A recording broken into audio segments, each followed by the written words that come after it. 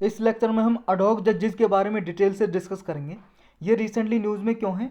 क्योंकि recently supreme court ने कहा है कि रिटायर्ड जजेस को हाई कोर्ट में अडॉक जजेस की तरह अपॉइंट कर देना चाहिए, क्योंकि हाई कोर्ट में पेंडेंसी ऑफ केसेस बहुत ज़्यादा है, मतलब केस बहुत ज़्यादा पेंडिंग है हाई कोर्ट में, और जजेस की जो संख्या वो भी कम है क्योंकि वैकेंसीज हैं जजेस की।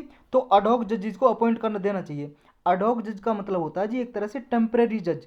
जब मान लो किसी हाई कोर्ट के जज नहीं है, मान लो वैकेंसी जब वहाँ पे पोस्ट खाली है, तो कुछ समय के लिए टेम्परेरी पीरियड के लिए एक जज को अपॉइंट कर देते हैं उस पोस्ट पे। वो अडॉक जजेस बोला जाता है उसे। अडॉक जज तब तक काम करता है, मान लो किसी डिस्प्यूट को सॉल्व करने के लिए काम में लाए गए, उसको मतलब अपॉइंट किया, तो जब वो डिस्प्यूट रिजॉल्व हो जाएगा, जैसे कोई विवाद के लिए मान लो कोई एक्सपर्ट है जी, एक्सपर्ट है डिवोर्स केसेस में, डिवोर्स केसेस को रिजॉल्व करने के लिए एक जज को अपॉइंट किया गया एज ए अडॉक जज। जब ये सारे केसेस जो पेंडिंग है, जब ये सारे केसेस रिजॉल्व हो जाएंगे तो अडॉक जज अपने आप रिटायर हो जाएंगे जी, उन्हें रिटायर कर दिया जाता है। तो सुप्रीम कोर्ट ने सजेशन दिया है, गाइडलाइंस दिए हैं जी अडॉक जज के अपॉइंटमेंट के लिए, कि अडॉक जज के अपॉइंटिंग कैसे होगी और फंक्शनिंग कैसे करनी चाहिए। तो ये गाइडलाइंस अभी सुप्रीम कोर्ट ने दिए हैं। ये क्यों दिए हैं जी? एक तो pendency beyond a certain limit, एक लिमिट से ज़्यादा पेंडेंसी हो गई है जी केसेस की भी, और चीफ जस्टिस मतलब जो मतलब हाई कोर्ट में जजेज हैं उनकी भी पेंडेंसी एक सर्टेन लिमिट से ज़्यादा हो गई है। लगभग 8 से 10 साल हो गए हैं जी। बहुत सारी ऐसी वैकेंसीज हैं जजेस की जो अभी फिल नहीं हुई है वहाँ पे। इसलिए चीफ जस्टिस क्या है, may appoint a certain retired जजेज with expertise in those field. मतलब जिस फील्ड में मान लो कोई जज एक्सपर्ट है, वो रिटायर हो चुके हैं ऑलरेडी हाई कोर्ट से, तो वो क्या है अपॉइंट कर सकते हैं।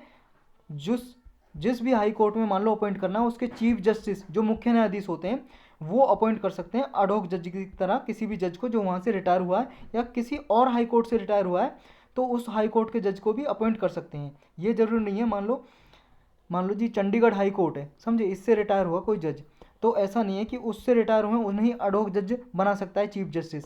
किसी और हाई कोर्ट से भी, मान लो एमपी का हाई कोर्ट से हुआ जी, तो वहाँ से भी ले सकते हैं। जैसे मान लो राजस्थान का हाई कोर्ट से रिटायर हुआ कोई जज, उसको भी अपॉइंट किया जा सकता है एज ए अडॉक जज, मतलब जिसमें वो एक्सपर्ट है उस फील्ड के लिए, रिटायर्ड जजेस को। इसकी टर्म क्या होती है जी? टर्म ऑफ सच जज कुड बी एक्सटेंडेबल, मतलब जो इसकी टर्म होती है एक्सटेंड की जा सकती है। पोजीशन क्या होती है? पोजीशन होती है जी अडॉक जज की। जब इन अडॉक जज को अपॉइंट किया जाता है तो जो बाकी के जो जज होते हैं ना ऑलरेडी, उनकी सर्विस को कोई थ्रेट नहीं होता, कोई खतरा नहीं होता। क्यों?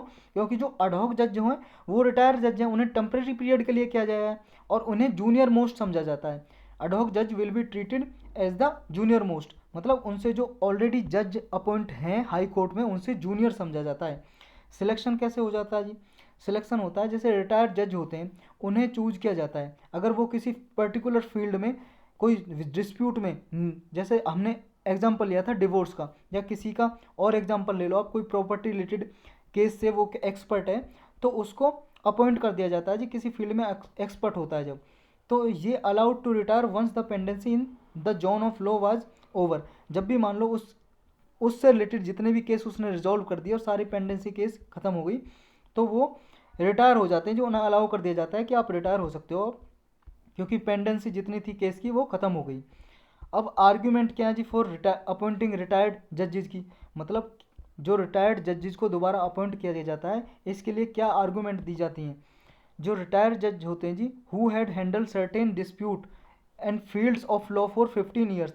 जब वो जज थे जी, जैसे हाई कोर्ट के जज थे, रिटायर होने से पहले उन्हें लगभग 15 ईयर तक ऐसा काम किया था, मतलब ऐसे केस हैंडल किए थे जिनके लिए उन्हें अपॉइंट किया जाता है, मतलब किसी डिस्प्यूट वगैरह में किसी फील्ड ऑफ लॉ में वो एक्सपर्ट थे। तो ये क्या है जी, जो अडॉक जज की तरह इन्हें अपॉइंट किया जाता है ताकि वो केस को फास्टर डील कर सकें, किसी भी रिलेटेड केस को, क्योंकि उन्होंने 15 साल का एक्सपीरियंस है रिटायर होने से पहले, उन्होंने वो केस हैंडल किए हैं। अब इनके लिए कोई कॉन्स्टिट्यूशनल प्रोविज़न है क्या? हमारे संविधान में कोई ऐसी अनुच्छेद हैं, धाराएं हैं? जी हाँ, बिल्कुल है। उसका जवाब है यस। आर्टिकल 224A में, 224A में दिया हुआ है कि अपॉइंटमेंट ऑफ रिटायर्ड जजेस at sitting of the high court, मतलब हाई कोर्ट में क्या जी, जो हाई कोर्ट में जज रह चुका है उसे रिटायर जज अब रिटायर हो चुका है उसका अपॉइंटमेंट किया जा सकता है केस को हैंडल करने के लिए, पेंडेंसी ऑफ केस को एड्रेस करने के लिए। इस आर्टिकल के अंदर क्या होता है, जो चीफ जस्टिस होते हैं हाई कोर्ट के ऑफ एनी स्टेट, मतलब किसी स्टेट के हाई कोर्ट के चीफ जस्टिस हैं, वो प्रेसिडेंट की प्रीवियस कंसेंट के जरिए, मतलब पहले प्रीवियस कंसेंट का मतलब है जी पहले सहमति लेंगे प्रेसिडेंट से, राष्ट्रपति से, उसके बाद ही वो किसी हाई कोर्ट में अडॉक जज को अपॉइंट कर सकते हैं। पहले अनुमति लेंगे कि मैं इस जज को एज ए अडॉक जज अपॉइंट करना चाहता हूँ, तो फिर वो अपॉइंट करते हैं। किसी भी, मतलब ये नहीं है जिस हाई कोर्ट का ये ऑलरेडी डिस्कस कर चुके हैं, किसी भी हाई कोर्ट के जज को, किसी भी हाई कोर्ट का जो रिटायर हो चुका है उसको बना सकते हैं उसका अडॉक जज। मतलब किसी भी ए हाई कोर्ट से रिटायर हुआ जज, तो उसे ऐसा नहीं है इस हाई कोर्ट से रिटायर हुआ तो इस रिटायर्ड जज को इसी का एडॉक जज बना सकते हैं, नहीं, किसी भी हाई कोर्ट का बना सकते हैं। तो ये कोई लिमिट नहीं है। अब रीजन क्या है जी, पेंडेंसी की, मतलब इतने केस जो पेंडेंसी के, मतलब इतने सारे केस हमारे देश में, हमारी कंट्री में जो पेंडेंसी रहती है इतने केसेस की, इसका कारण क्या है, रीजन क्या है। एक तो खुद गवर्नमेंट जी, government is the biggest litigant. Economic survey के अकॉर्डिंग 2018-19 का सर्वे हुआ था जी, उसके अकॉर्डिंग पुअरली ड्राफ्टेड ऑर्डर थे have resulted in contested tax revenue, जो था जी लगभग हमारी जीडीपी के 4.7% के, और ये राइजिंग हो रहे हैं। दूसरा रीज़न है जी हमारा लेस बजटरी अलोकेशन, ये सबसे ज़्यादा मोस्ट इंपॉर्टेंट रीज़न है जी। कैसे, देखो बजट में जुडिशियरी के लिए जो पैसा दिया जाता है ना, मनी अलोकेट की जाती है, वो लगभग हमारी जीडीपी का 0.08 से लेके या 0.09% के बीच में है जी। इतनी, बस इतना जीडीपी का इतना परसेंट ही मनी अलोकेट की जाती है जुडिशियरी के लिए। अब सोच लो कितना कम है। केवल पूरे वर्ल्ड में 4 कंट्रीज हैं जी, ओनली 4 कंट्रीज, जिनमें इंडिया से कम जो बजट में अलोकेट की जाता है मनी, वो हैं जापान, नॉर्वे, ऑस्ट्रेलिया, आइसलैंड। लेकिन इन कंट्रीज में पेंडेंसी ऑफ केस की प्रॉब्लम नहीं है जैसे इंडिया में है। इंडिया में जैसे बहुत सारे केस पेंडेंसी रहती है, ऐसा प्रॉब्लम इन कंट्रीज में नहीं है। और क्या प्रॉब्लम है जी, प्रैक्टिस ऑफ सीकिंग अर्जेंटमेंट, अर्जेंटमेंट भी बहुत ज़्यादा प्रैक्टिस होता है हमारी कंट्रीज में। क्या होता है, हाई कोर्ट में जब केस चल रहा होता है तो बहुत सारा तारीख पे तारीख होती है ना, उन्हीं को बोलते हैं सीकिंग एडजमेंट।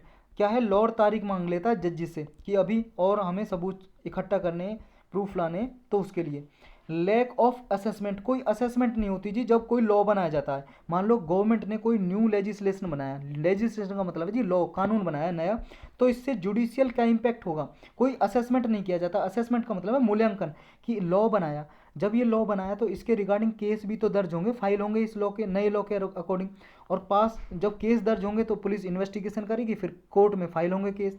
अब इनके लिए कितने जजेस चाहिए, क्या चाहिए, कोई भी असेसमेंट नहीं किया जा सकता, मतलब किया नहीं जाता, इनके लिए कोई मूल्यांकन नहीं किया जाता कि ये बर्डन होगा जजेस पे, और ज़्यादा बर्डन बढ़ेगा जब ये नए लॉ कानून बनाए जाएंगे, तो इनसे रिलेटेड जितने भी केस होंगे वो जजेस को हैंडल करने पड़ेंगे। तो ऐसा कोई असेसमेंट नहीं होता कि और जजेस को अपॉइंटमेंट किया जाए, कितनी रिक्वायरमेंट है जजेस की, नए जो लिटिगेशन आएंगे, मुकदमे आएंगे जी, उनसे डील करने के लिए। एक सबसे बड़ा कारण है जी डिले इन जुडिशियल, मतलब अपॉइंटमेंट में ही डिले होता है। जो कॉलेजियम सिस्टम होता है जी, कॉलेजियम सिस्टम का मतलब होता है, जैसे सुप्रीम कोर्ट की बात करें तो सुप्रीम कोर्ट का chief justice of India plus 4 senior most जजेज, तो ये मिला के बोलते हैं जी कॉलेजियम। जैसे सुप्रीम कोर्ट के जज को अपॉइंट करना हो, ट्रांसफ़र करना हो, तो ये करता है। या फिर उसमें अगर हाई कोर्ट के जज को ट्रांसफ़र और या वैकेंसी फुल करना हो तो कॉलेजियम होता है, 2 सीनियर मोस्ट जज होते हैं उसमें। तो ये क्या है, वैकेंसीज को फिल करने के लिए गवर्नमेंट को रिकमेंडेशन देते हैं, लेकिन वो पेंडिंग रहती है, लगभग 7 मंथ से पेंडिंग पड़ी है जी, और हाई कोर्ट में वैकेंसी बहुत ज़्यादा बढ़ती जा रही है। एक तो ये है। दूसरा, ये जैसे हमारे कंट्री में अभी टोटल हाई कोर्ट कितने हैं, 25 हाई कोर्ट है, और उनमें वैकेंसी कितनी है, 1080 जज सिलेक्ट हो सकते हैं जी, लेकिन अभी जज हैं कितने, 661 हैं जी, 661 सिर्फ स्ट्रेंथ है प्रेजेंट। कितनी वैकेंसीज खाली है, 419, 419 वैकेंसीज अभी मार्च 2021 में जजेस की खाली पड़ी हैं जी वैकेंसी। हाई कोर्ट में जज ही नहीं है, अपॉइंट ही नहीं है, तो पेंडेंसी ऑलरेडी ज़्यादा और जज भी अपॉइंट नहीं है। एक तो ऑलरेडी कम है जज, और उन कम में से भी ऑलरेडी अपॉइंट है नहीं, तो अब सोचो पेंडेंसी तो होगी। तो गवर्नमेंट क्या कहती है, क्या कहती है इसके लिए, काउंटर क्या करती है, गवर्नमेंट कहती है it is a fault of collegium, ये खुद कॉलेजियम का ही फॉल्ट है, and high court for delaying process, और हाई कोर्ट का ये कमी है और कॉलेजियम का कि प्रोसेस को डिले करती है, जो गवर्नमेंट ये बोलती है। अब वे फॉरवर्ड में क्या हो सकता है जी, मतलब सॉल्यूशन क्या हो सकता है इसका, सॉल्यूशन एक तो यही है कि अपॉइंटमेंट सिस्टम को स्ट्रीमलाइन किया जाए, मतलब कि जितनी भी वैकेंसी है हाई कोर्ट वगैरह में उन जजेस को फिल किया जाए। दूसरा क्या हो सकता है, दूसरा जी अपॉइंटमेंट होती है जजेस की, वो प्रॉपर टाइम पे होनी चाहिए, मतलब जज रिटायर होने वाले हैं मान लो, उससे पहले प्रोसीजर स्टार्ट होना चाहिए, रिकमेंडेशन पहले स्टार्ट हो जानी चाहिए। एक नया नेक्स्ट क्या हो सकता है सॉल्यूशन, कि ऑल इंडिया जुडिशियल सर्विसेज बनाई जानी चाहिए। जैसे मान लो जी अभी ऑफ ऑल इंडिया सर्विस हैं, जैसे आईएएस आईपीएस का एग्ज़ाम देते हो आप, सिविल सर्विस का एग्ज़ाम यूपीएससी के जरिए, ऐसा कोई exam all India judicial service का भी हो सकता है कॉन्स्टिट्यूशन के जरिए। कि ये मान लो अभी क्या होता है, पर्टिकुलर स्टेट में ही जजेज की वैकेंसी फुलफिल करने के लिए फॉर्म निकलते हैं, तो स्टेट निकालता है अलग अलग स्टेट। अगर मान लो सेंट्रल लेवल पे कोई एग्ज़ाम होगा तो जजेज की वैकेंसी जो जो डिस्ट्रिक्ट कोर्ट वगैरह होते हैं उन पे अपॉइंट किए जा सकते हैं ऑल इंडिया जुडिशियल सर्विस के जरिए। नेक्स्ट क्या हो सकता है जी, यूज ऑफ टेक्नोलॉजी।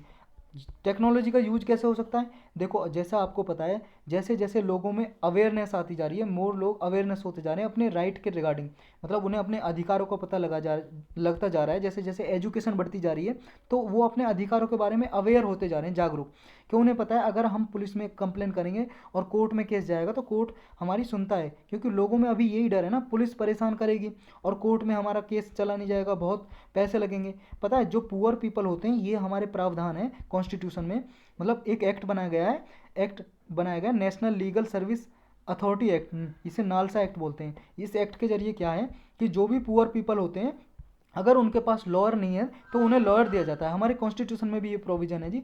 अगर उसके पास लॉयर नहीं है, वो लॉयर हायर नहीं कर सकता, मतलब वकील हायर नहीं कर सकता अपना केस लड़ने के लिए, तो उसे गवर्नमेंट लॉयर प्रोवाइड करती है, कोर्ट प्रोवाइड करता है जी लॉयर। तो ये सब क्या है, जैसी अवेयरनेस बढ़ती जा रही है, लोग अपने केस फाइल कर रहे हैं, दर्ज करते हैं जी, कोर्ट में केस लेके चले जाते हैं। तो इससे भी केस की वैकेंसी बहुत मतलब केस की जो पेंडेंसी है बहुत ज़्यादा बढ़ रही है, और ज़्यादा केस आते जा रहे हैं, लोगों में जैसे जागरूकता होती जा रही है, अपने केस फाइल करते हैं जी कोर्ट में, पुलिस में कंप्लेंट करते हैं। अब इससे क्या है, जुडिशियल ऑफिसर को ट्रेन करने की ज़रूरत है, नीड टू बी ट्रेंड, और वैकेंसीज ऑफ जज की वो एक्सपीडिशसली, मतलब जल्दी से, एक्सपीडिशसली का मतलब है जल्दी से फिल करनी चाहिए, भरनी चाहिए। और आर्टिफिशियल टेक्नोलॉजी का, जो आर्टिफिशियल इंटेलिजेंस टेक्नोलॉजी है उसका यूज किया जा सकता है। ये कैसे जी, आर्टिफिशियल इंटेलिजेंस क्या होती है, आर्टिफिशियल इंटेलिजेंस ऐसी होती है जी, जब मशीन है, कोई भी मशीन है, वो उसमें इतनी मतलब ऐसे हो, वो इंसान की तरह सोचने की, थॉट प्रोसेस उसमें हो, थिंकिंग करने की उसमें शक्ति हो जी, ऐसी पावर हो कि मान लो उस मशीन को कब रुकना है, कब चलना है, ये सारा उसे पता हो, अपने आप ही ऑटोमेटिकली काम करे, जैसे माइंड काम करता है ना, ह्यूमन माइंड काम करता है। तो जब मशीन ऐसे काम करती है उसे बोलते हैं आर्टिफिशियल इंटेलिजेंस। इसका एग्जाम्पल ले सकते हो आप, बहुत अच्छा उदाहरण, कौन सा, कस्टमर केयर का। जैसे आप मान लो जी, कभी आपने फ़ोन किया है अपने, मतलब कॉल की है उस पर, अपने कस्टमर केयर पे, जैसे आपका वोडाफोन का नंबर है, यानी कि वीआई का या फिर जियो का, उसके कस्टमर पे कॉल करते हैं तो आता है ना, वो एक कंप्यूटर वाली लड़की बोलती है ना, कंप्यूटर वाली लड़की, कि आप for continuing in English press 1, Hindi में जारी रखने के लिए 2 दबाएं, ऐसा कुछ बोलती है ना। तो जब एक दबाते हो तो वो इंग्लिश में चल जाता है, अगर 2 दबाते तो हिंदी में वो आपको सारी डायरेक्शन देती है। तो ऐसी डिफरेंट डिफरेंट डायरेक्शन देती रहती है, जैसा आप बटन दबाते हो काम करती रहती है। तो ये एक आर्टिफिशियल इंटेलिजेंस का, मतलब उस पर कंप्यूटर लगाओ ना, अपने आप काम कर रहा है वो आर्टिफिशियल इंटेलिजेंस। ऐसे क्या है, इसमें कैसे काम करेगा आर्टिफिशियल इंटेलिजेंस, मान लो जी आप साइट पे जाओगे, इंटरनेट के जरिए साइट खोलोगे, उस पर अपना केस दर्ज करोगे ऑनलाइन ही।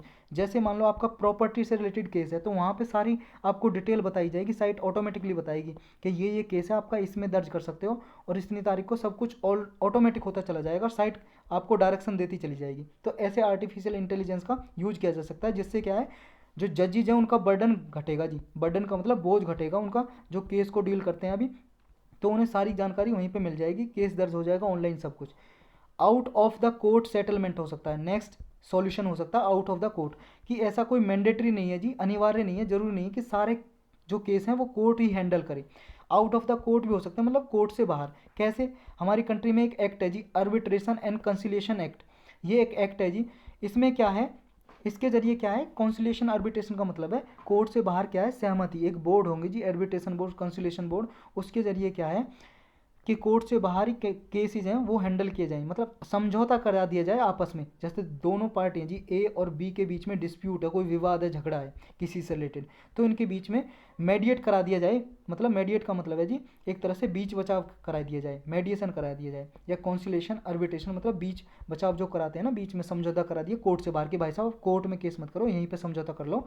तो आउट ऑफ द कोर्ट भी एक सॉल्यूशन हो सकता है। तो इस लेक्चर में सिर्फ इतना ही।